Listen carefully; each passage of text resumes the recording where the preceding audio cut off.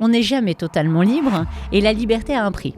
Nous, notre enjeu en tant qu'entreprise, c'est de repérer les talents. Une des principales qualités d'un chef d'entreprise, c'est l'anticipation des risques. Pour moi, l'intérêt, c'est de me permettre de voir beaucoup de choses. Et après, derrière, ça permet d'infuser pour son entreprise. Je dirais longue vie à capsule. C'est vraiment un honneur. J'ai envoyé un petit message sur LinkedIn pour essayer de savoir si ça serait une interview qui t'intéresserait. Ravie que tu aies accepté cette invitation. Moi aussi. Oui. Vraiment ravie. Aujourd'hui, on va parler de ton entrepreneuriat. On va découvrir qui tu es. Je pense même que beaucoup de personnes te connaissent, mais pour celles encore qui ne connaîtraient pas Paola Fabiani, on va parler de tout ou presque tout aujourd'hui. Presque tout. Alors, je t'invite à piocher une première petite carte. Ah, tout de suite, comme ça. Eh oui, tout de suite. C'est entrée. L'interaction du début. Ah, peux-tu te présenter ? Ça va. Bon, jusque-là, ça va. Normalement. C'est sympa pour le début, voilà. c'est ça. Oui, c'est ça. En 2 mots, donc Paola Fabiani, me présenter. J'ai un parcours un peu classique. J'ai passé mon bac relativement tôt. Derrière, j'ai fait des études d'éco parce que je savais pas trop quoi faire. Et puis ensuite, j'ai fait le début d'un diplôme d'expertise comptable, un DECF. Je me suis arrêtée au DECF. Et puis par hasard, je suis rentrée dans les centres d'appel, complètement en parallèle de mes études, comme un petit boulot. Je suis rentrée à Téléperformance, c'est le leader mondial. Ça l'était, ça l'est toujours. Et puis rapidement, j'ai évolué de fil en aiguille. Je suis redevenue chef de manager, responsable de site, chef de projet, directrice des opérations d'un groupe. Et donc, j'ai quitté ce groupe qui s'appelait Armatis. Et à 25 ans, j'étais recrutée par mon client qui s'appelait Neuf Télécom en tant que directrice des ventes. Et donc, j'ai intégré Neuf Télécom à la grande époque des télécoms, directrice des ventes au grand public, au comité de direction de Neuf Télécom. Et à 26 ans, j'ai monté Wisecom avec mes associés. Ok. Wisecom, centre d'appel dans Paris. Et on a pris le contre-pied des centres d'appel délocalisés en offshore, Afrique du Nord, Madagascar, pour prouver qu'on pouvait être compétitif en étant en plein cœur d'une grande ville vis-à-vis de ces centres d'appel offshore. 2 leviers, d'un côté la RSE, pour attirer des talents à un métier pas forcément valorisé, fidéliser ces talents, qui est un gage de qualité et de compétitivité, et puis un autre levier, l'intelligence artificielle, pour finalement en fait, déléguer aux technologies tout ce qui n'a pas de valeur ajoutée, tout ce qui peut être automatisé et concentrer l'humain, un vrai talent. Donc voilà, c'est pour me présenter rapidement, voilà. Et puis, plus récemment, il y a 4 ans, j'ai créé Vadoville. C'est la petite sœur de Wisecom, c'est la petite sœur corse avec un concept un peu différent. Donc centre d'appel toujours, mais en Corse.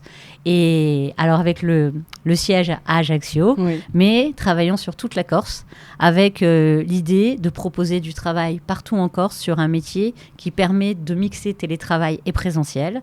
Et puis une seconde idée, j'espère, une seconde idée qui est aussi derrière de porter en fait une image de la Corse sur une attractivité par rapport à des clients qu'on a nationaux, des clients internationaux qui viennent en Corse, à Ajaccio, pour voir le métier du centre d'appel. Ah ouais. D'accord.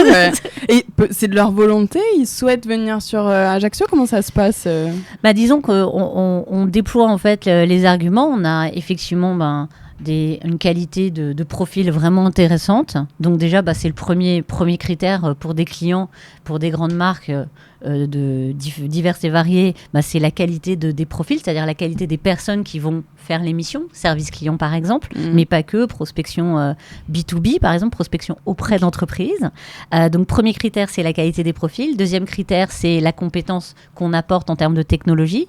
Et donc effectivement, et puis troisième critère, je dirais que c'est aussi peut-être l'envie de venir voir ce qui se passe en Corse.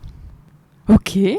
C'était quoi l'ambition de base de Wisecom pour revenir un peu à la source, la mission un peu de l'entreprise? Alors, c'est une très bonne question, parce qu'on est devenu entreprise à mission depuis. Ah, carrément, donc, voilà, depuis un peu moins d'un an presque, on est entreprise à mission sur Wisecom. Alors, je ferai 2 réponses peut-être. Je ferai une réponse sur Wisecom et une réponse sur Vadoville, parce que... c'est pas la même. C'est pas la même, parce que ça n'a pas été créé au même moment. Oui. Wisecom, c'est la grande sœur, elle a à peu près 15 ans de plus que Vadoville, donc forcément, on évolue. Le projet de base, c'était vraiment Pour moi, entreprendre, déjà, c'est un peu comme un artiste sur une toile blanche ou quelqu'un qui dessine, qui écrit un livre, c'est la possibilité de créer selon son idée et de façonner finalement son entreprise. Alors, ça, c'est le début. Façonner son entreprise avec ses impressions, ses envies et ce qu'on a pu constater par le passé, qu'on aime ou qu'on aime moins. Et donc, de créer finalement sa propre toile, quelque part, son propre dessin, son propre projet. Et donc, c'était un peu ça. L'idée de Wisecom, c'était vraiment de se dire, voilà, j'ai fait le tour des centres d'appel. Mes associés avaient aussi fait beaucoup de centres d'appel. On a fait du centre d'appel en France, en offshore, à l'international, partout. Et on s'était dit, bon, mais finalement, qu'est-ce que serait pour nous l'idée du centre d'appel ? Et c'est comme ça que s'est créé Wisecom. Et donc, c'est comme ça qu'on a pris le contre-pied du marché et qu'on a été à contre-courant. Et au final, comme quoi, quand parfois on est dans le contre-courant, ça peut fonctionner, il faut y croire. Vadovi, 15 ans plus tard, c'est différent. Vadovi, la question était de se dire, on sort du Covid, le télétravail a vraiment émergé. Nous, on en faisait déjà un peu, mais a vraiment émergé. Et on se dit finalement, comment faire en sorte de pouvoir proposer déjà de pouvoir capitaliser sur l'ensemble des talents de la Corse. Après, tout de suite derrière, on voit que le télétravail, ça répond aussi à différentes populations, notamment les jeunes mamans, parce qu'effectivement, nécessité souvent de rester à la maison pour pouvoir amener les enfants ou s'occuper des enfants en bas âge. Souvent, des deux, c'est la jeune maman, malheureusement, qui reste, ou heureusement, ça dépend comment on voit ça. Et puis, distance aussi du lieu de travail, et ainsi de suite, horaire, etc. Donc, première population, les jeunes mamans. Deuxième population, ça a été les seniors. Pareil, les seniors, souvent, distance importante, etc. Complexité de métier, pas forcément adapté aux seniors. Donc, notamment les secteurs principaux en Corse, le tourisme, c'est pas forcément simple pour les seniors. Et puis, troisième population, RQTH, les personnes handicapées, parce qu'effectivement, le télétravail mixé avec du présentiel, j'insiste, répond bien à ses besoins, en fait. Et donc, la mission de Vadovi, la première mission, ça a été de se dire comment on capitalise sur le talent en Corse. Et deuxième, ça a été de se dire comment on montre l'innovation et l'attractivité de la Corse vis-à-vis quelque part du reste, je dirais, du reste de l'Europe. Donc, incroyable, donc c'était l'envie de Vadovi. C'est ça c'était l'ambition de dire, la Corse a des choses à apporter, peut prouver qu'elle est à la fois qualitative et en même temps technologique. Comment on fait ? Comment est-ce que ça arrivait ? Est-ce que tu as toujours voulu entreprendre avant Vadovi ? Alors, pas avant Vadovi, pardon. Avant Wisecom. Je pense que, effectivement, en fait, je pense que l'envie d'entreprendre, c'était pas vraiment d'entreprendre. J'avais envie d'être libre. Et c'est plus une envie de liberté. Alors, envie d'être libre, j'ai toujours voulu l'être, mais beaucoup veulent l'être. C'est normal, la liberté. Après, je pense qu'effectivement, à un moment, j'ai voulu pouvoir, avec mes associés, concevoir ce projet. Vraiment.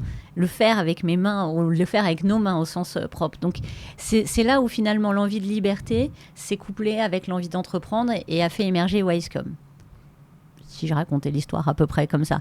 Après, effectivement, quand j'ai travaillé en tant que salarié, j'ai trouvé ça hyper intéressant, hyper passionnant. Mais à un moment, j'ai eu un déclic qui s'est dit, OK, je veux plus de liberté, je veux pouvoir plus m'exprimer, entre guillemets, et finalement plus mettre en œuvre ce que j'ai envie. Donc, c'est comme ça qu'est né finalement l'entrepreneuriat et Wisecom. Si on part un peu dans la philosophie, ça veut dire quoi, la liberté pour toi ? C'était pas dans les questions, ça. Ça va pas du tout. Alors, il faut que j'apporte une précision. On n'est jamais totalement libre et la liberté a un prix.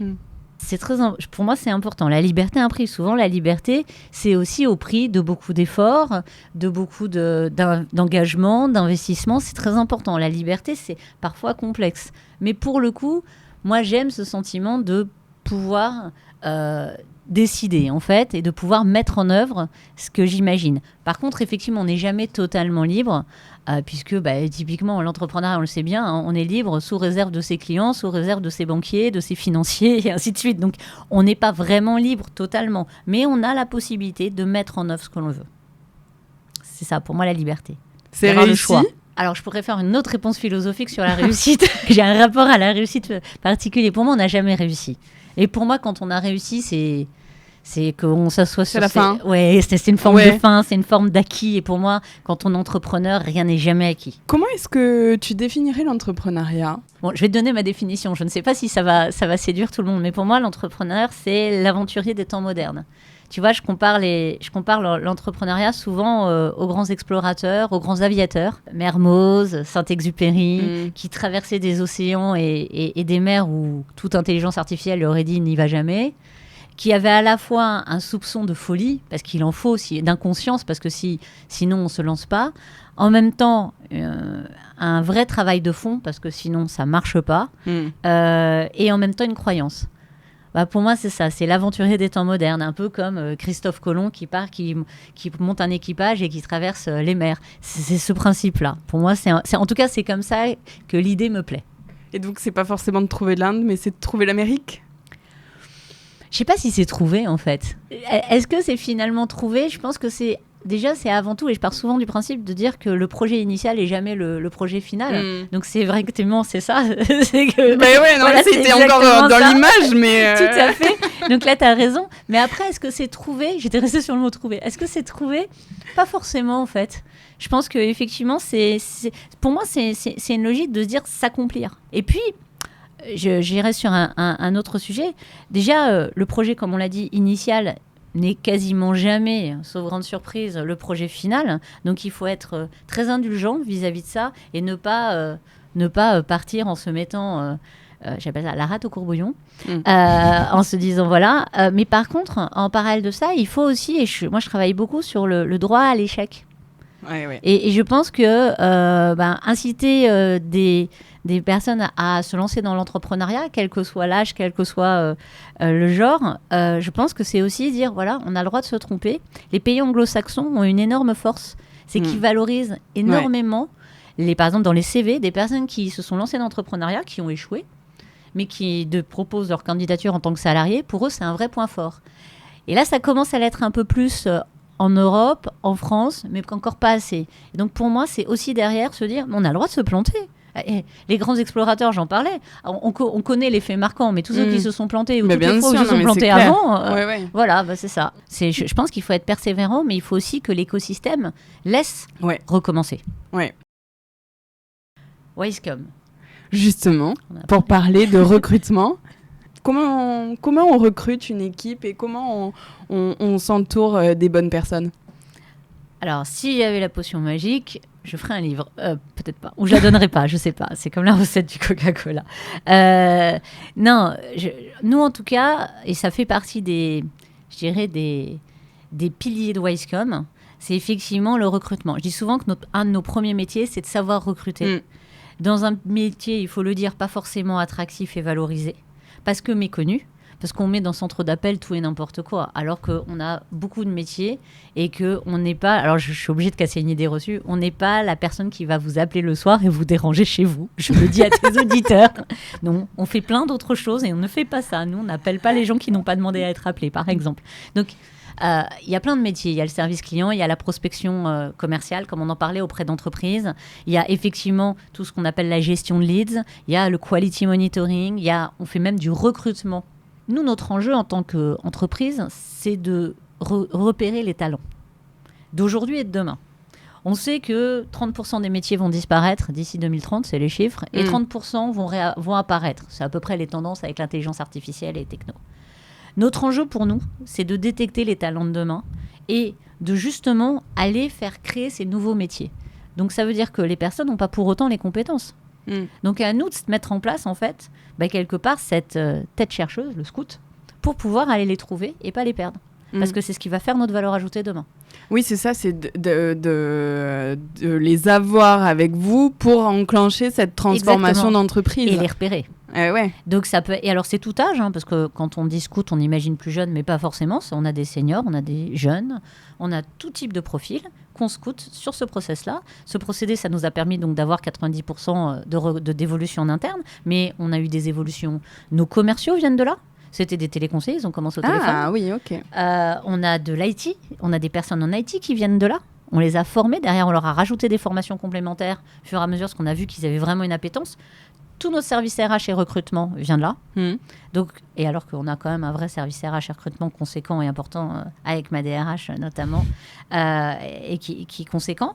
Et bien sûr, les managers des opérations viennent de là aussi. Donc ça crée vraiment un cercle vertueux qui permet de promotionner et de motiver les équipes. Et par exemple, si je prends l'exemple de Vadovie, la responsable de site était notre première salariée et les managers, une chef de projet et un manager sont aussi issus, ils ont commencé au téléphone, téléconseiller ici. Ouais, voilà. Donc voilà. C'est incroyable, j'ai envie de venir travailler avec vous. Il faut recrutez-moi, je sais pas ce que je peux faire, mais... La communication, ça marche, on développe. Alors, j'ai peut-être une question qui va... Enfin, je sais pas, j'ai une question. Depuis qu'on a commencé de parler de Wisecom avec tes associés, les débuts, ça a été qui votre premier client ? Votre premier contrat signé où vous vous êtes dit là c'est bon, c'est lancé, ou qu'est-ce que vous vous êtes dit même ? À notre premier contrat, on a eu quelques clients qui nous ont suivis. Le tout premier s'appelait Fenwick Linde. Alors là, ça, ouais, je sais. Non, pardon. Leader okay. des chariots élévateurs. Ah et oui. des transpalettes manuelles et électriques. Et donc, notre premier client, ça a été Fenwick. Donc, Fenwick, en fait, vous voyez des Fenwick partout. Ouais. Voilà. Et prospection B2B, donc prospection auprès d'entreprises pour proposer des Fenwick. Ça a été notre premier client. Ensuite, derrière, on a eu les télécoms. Et ensuite, derrière, on a eu, je crois, un client dans l'énergie. Ok. Pour donner les 3 premiers clients. Voilà. Incroyable. Et comment est-ce qu'ils ont répondu ça a été, j'imagine, de la prospection de votre côté.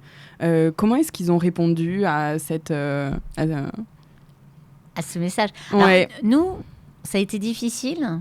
C'est pour ça que je dis qu'il faut de la persévérance.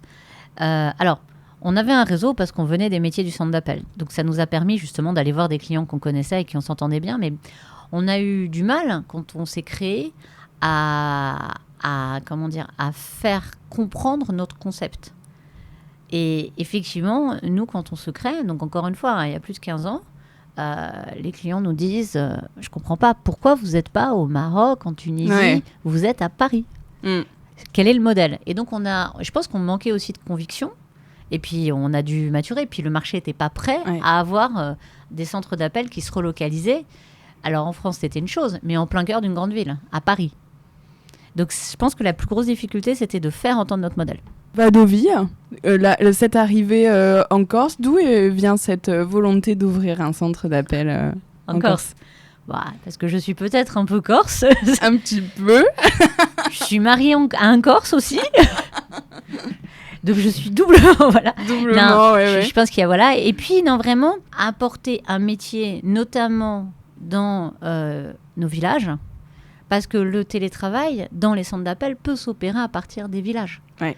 Et donc, ça vient répondre à la problématique de déplacement, au coût du logement, qui augmente dans nos grandes villes. Donc, effectivement, les gens habitent de plus en plus loin. Et en même temps, ça permet encore une fois de capitaliser sur tous ces profils. Sur les talents. Sur les talents et tout type de talents. Donc, bien sûr, j'ai oublié de dire, il y a des jeunes, évidemment. Mais c'est vrai que 90% de femmes, il faut le dire, 30% de seniors, 30% de mamans, 30% d'RQTH, avec des mix. Et donc, effectivement, ça répond vraiment, je pense, à son objectif. Et avec des clients, aussi bien des clients corses, des clients nationaux et des clients internationaux. On fait du multilingue. On travaille en anglais, on travaille en italien et ponctuellement, on travaille en néerlandais, par exemple. Ah oui. Très ponctuel. Mais, voilà. Mais effectivement, donc, voilà, c'est ça sa vocation. C'est une richesse et j'imagine que c'est une fierté aussi de montrer cette pluralité de profils qui peuvent interagir ensemble au sein d'une entreprise et arriver à créer quelque chose qui fonctionne. Ça fait 4 ans. Ouais, Vadovie, c'est une fierté. Et puis surtout, c'est l'envie de... C'est l'envie de faire rayonner la Corse, en fait. Donc là, on développe les clients à l'Europe, notamment sur les marchés italiens, par exemple. Je trouve ça génial d'essayer. Alors que toujours, je pense que moi, j'aime bien d'apporter des nouveautés. Donc effectivement, tout le monde ne se dit pas, évidemment, j'y avais pensé. Mais pour le coup, je trouve que c'est vraiment intéressant de pouvoir faire rayonner la Corse en dehors des frontières. Le MEDEF. Alors c'est vrai, j'en ai pas parlé dans ma présentation, parce que je me disais bien qu'on allait en parler. Peut-être raconter rapidement comment je suis rentrée au MEDEF, très court. Donc en fait, je suis un peu... On s'est développé, c'est important de le dire, on a fait du réseau tardivement chez Wisecom, très tardivement. Nous, on partait d'un principe, vivons cachés, vivons heureux. Et on avait déjà beaucoup à faire, à essayer de développer le chiffre d'affaires de la boîte, gérer le management, quoi, tout ce qui va dans une entreprise. Donc on se disait aller faire du réseau et aller prendre des petits fours. Je vous le dis, on n'a pas que ça à faire.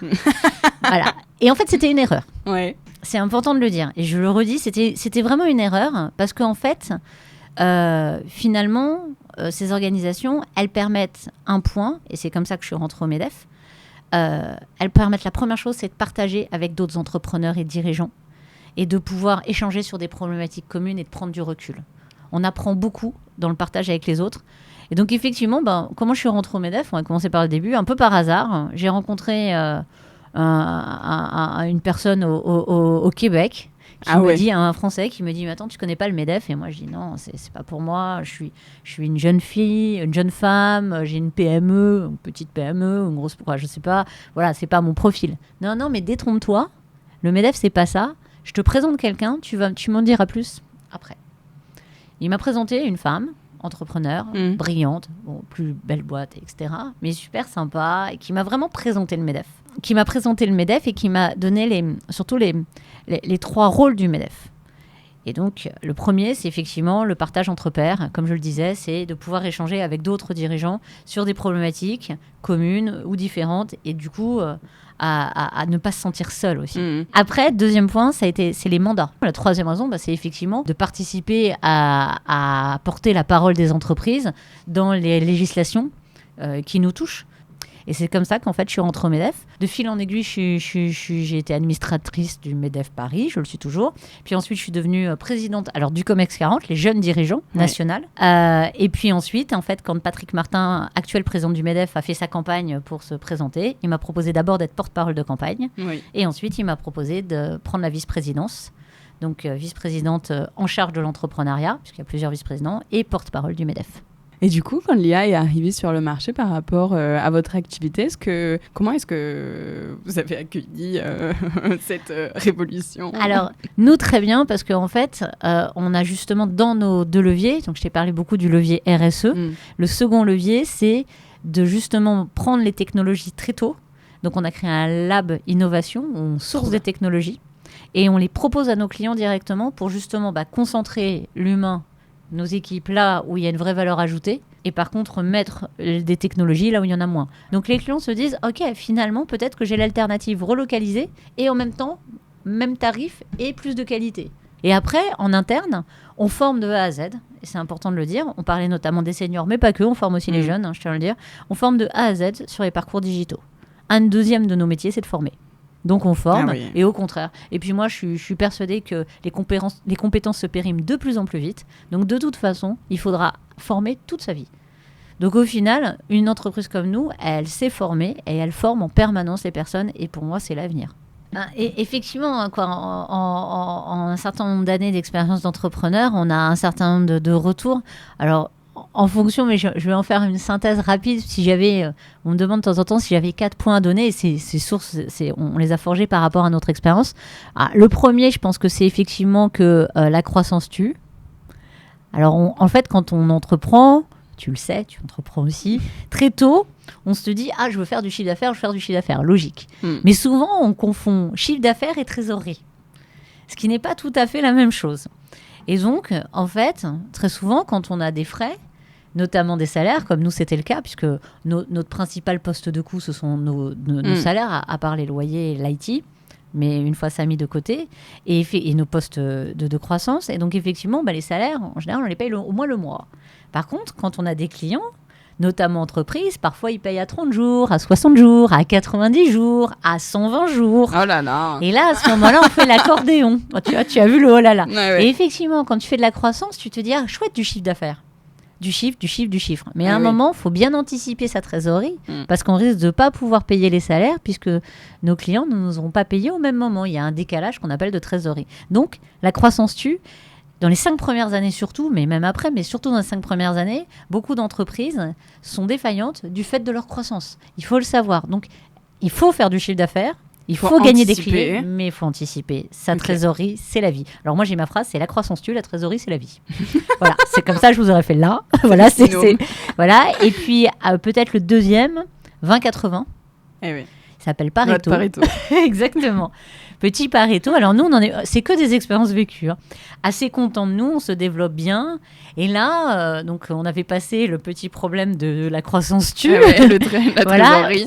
On devait exister depuis 7-8 ans. 2 très gros clients. Très gros qui étaient donc dans le 20% des clients, représentent 80% du chiffre d'affaires. On n'était pas à ça, mais on n'en était pas loin. Et là, en fait, on perd un client. Et oui, ça arrive.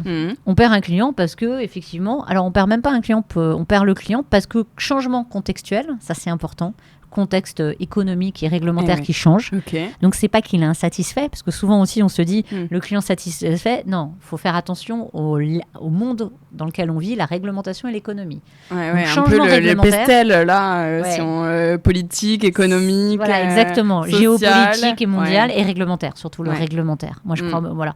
Et là en fait, pour des questions de réglementation, il est obligé d'arrêter, de se réorienter.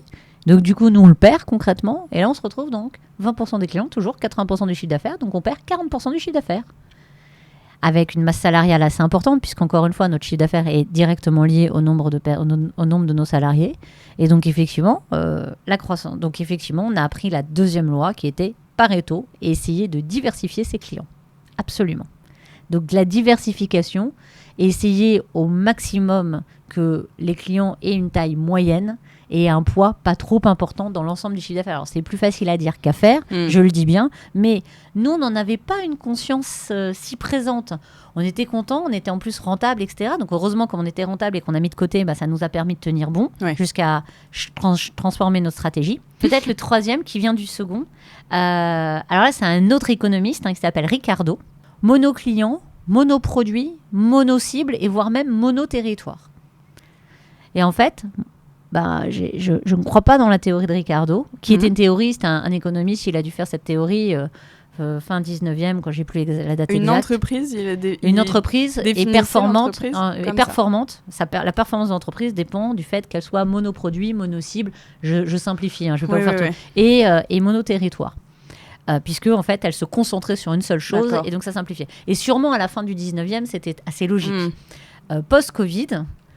Monoproduit, c'est pas génial. Le Covid a bien montré qu'en fait, plus on avait de produits différents ou de prestations différentes, plus ça permettait d'avoir plusieurs cordes à son arc.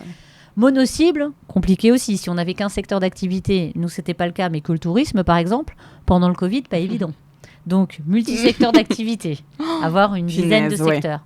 Ah ouais, dizaines de secteurs. Nous, on a une dizaine de secteurs d'activité, mais avoir plusieurs secteurs, au moins 3-4, il faut se diversifier, la diversification. Et puis, donc, mono-région.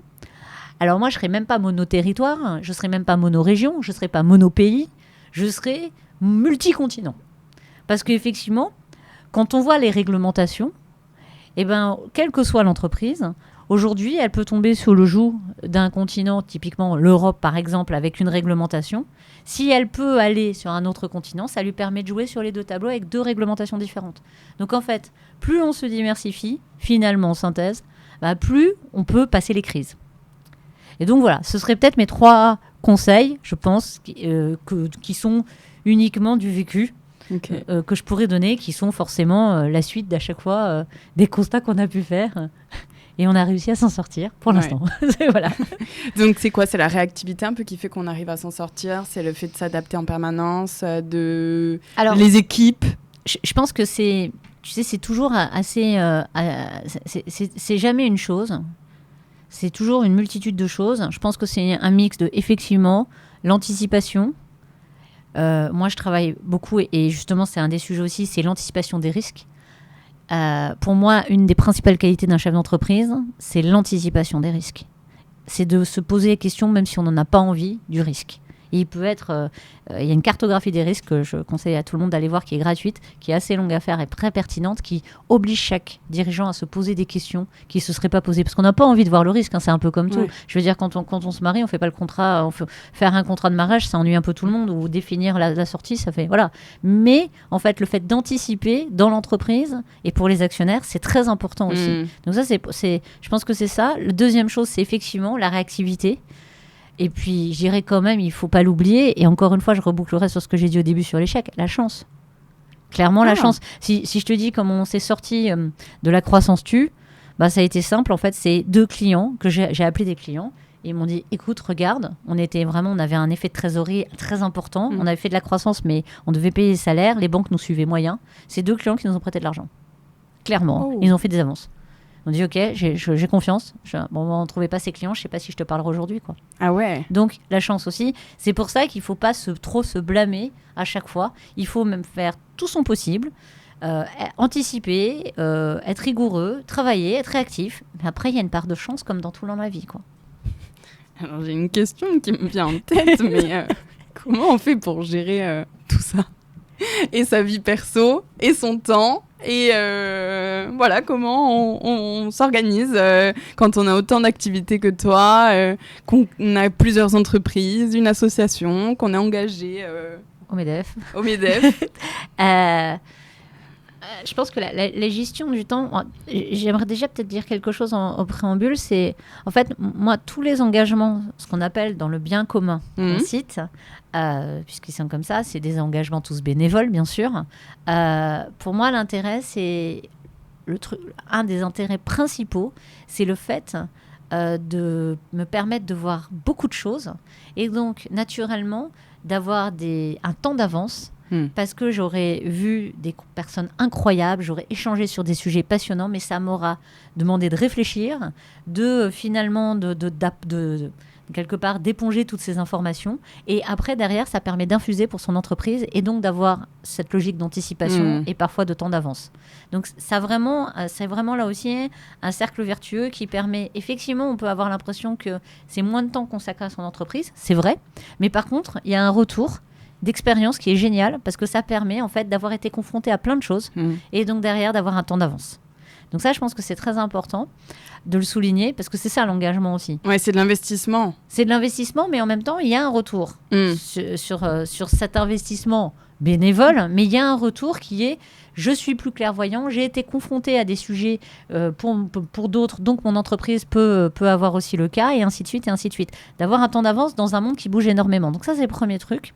Et le deuxième, c'est aussi bien sûr d'apporter sa petite pierre à l'édifice. Moi, ça me plaît d'apporter ma petite pierre à l'édifice. Tout ça, en fait, ce qui me motive, moi, c'est de faire un peu, mais vraiment un peu bouger les lignes. Et voilà, et de poursuivre ces projets. Après, le temps, ouais, effectivement, parfois, et c'est un peu, il faut rationaliser, parfois, il faut optimiser. On n'a pas fait témoigner mon mari, donc ça va. Je ne sais pas ce qu'il dirait. Les allers-retours, ça peut être compliqué parce qu'effectivement, on est souvent dans les avions. Mais c'est génial. En tout cas, à ce jour, je trouve ça génial. Et peut-être que le jour où j'en aurai marre, j'arrêterai. Et peut-être le dernier point, en tout cas, ce qui me concerne, c'est que moi, j'ai besoin de me ressourcer. Parce que je vois beaucoup de gens, parce qu'il y a beaucoup d'échanges et c'est passionnant. Mais en même temps, on en est ébullition, c'est fatigant. Donc peut-être, moi, je me ressource. Je vais dans ma maison, dans notre maison, au village, et à partir de là, voilà. Moi, quand je suis dans le jardin, j'adore jardiner. Voilà, je me sens bien et c'est ma façon de me retrouver. Ou sinon, on va faire une marche, ou sinon, on va en mer. C'est ma façon de me retrouver, de me recentrer. Je pense qu'il faut avoir sa petite bulle. Et savoir aussi, quelque part, moi je dis qu'un chef d'entreprise, un entrepreneur, c'est comme un sportif de haut niveau. Il faut savoir en fait aussi prendre soin de soi. Et donc moi j'essaye de m'aménager ma petite bulle où je suis tranquille. Mes meilleurs amis qui me connaissent bien d'ici d'enfance savent bien, voilà, me retrouvent dans le jardin. Voilà, le week-end quand j'ai un peu de temps. Voilà, et voilà. En tout cas, c'est ma façon de le faire. Je pense que chacun doit savoir retrouver sa petite bulle. Nous arrivons sur la dernière carte. Voilà. Ambition, avenir. Alors, ambition, moi, je ne sais pas si je suis ambitieuse. Je ne me qualifierais pas d'ambitieuse. Moi, j'aime le projet. Moi, j'aime le projet, j'aime la nouveauté. J'adore me lancer dans un nouveau projet. Je trouve ça, voilà. Mais je ne pense pas que je fasse le projet pour l'ambition. Il ne sert pas à une ambition personnelle, par exemple. C'est vraiment pour le projet. J'aime cette adrénaline de dire c'est nouveau, on lance, on crée tout. J'aime vraiment cette image de on dessine sur une feuille blanche le projet. L'avenir, Wisecom et Vadovi continuent à se développer. Vadovi va se développer donc très certainement pour aller conquérir des marchés italiens, notamment. Et donc, je pense qu'on va essayer d'intensifier notre présence en Italie. Si vous avez des contacts, n'hésitez pas pour montrer, faire rayonner la Corse partout. Après, on va aussi, puis pour aussi appliquer ma troisième règle qui est de dire pas mono pays, déjà on multiplie les pays. Justement, pour toujours appliquer ma troisième règle, je voudrais qu'on se développe et on en passe d'ouvrir sur un autre continent. Ok. Voilà, à suivre à travers Wisecom, parce que ça me permettra d'avoir fait la quadrature du cercle de ma règle, pas monoproduit, mono-cible et multicontinent. Et puis ambition à venir, oui, je pense vraiment, on va voir les futurs projets. Je pense que l'IA va se développer encore plus. Et puis du coup, je pense qu'on va l'intégrer encore plus au cœur de Wisecom et de Vadovi, et certainement à la rentrée un projet RH pour proposer, puisqu'on a, comme je l'ai dit, 3 métiers, le recrutement, la formation et le centre d'appel. On va certainement proposer, sans dévoiler de grands mystères, mais un peu, certainement appliquer les méthodologies du marketing et du digital au métier du recrutement dans les secteurs en tension. Waouh. Voilà. On suivra ça sur vos réseaux sociaux ? Peut-être. Oui. Je te remercie pour cette interview et pour tout ce savoir et ce partage d'expérience. Merci pendant à toi. ces 1 heure. Un petit mot pour la fin. Qu'est-ce que tu en as pensé ? Merci à toi. Vraiment, merci. Non, tes questions étaient super. Et puis, j'y passe un très bon moment, surtout, franchement. Merci beaucoup. Un petit mot sur... Tu m'as dit un petit mot pour la fin. Pour nos auditeurs. Je dirais longue vie à capsule. Ah, c'est gentil. Merci. Je pense que c'est voilà, longue vie à capsule. Merci. Ça, on terminera sur ça. Tout à fait.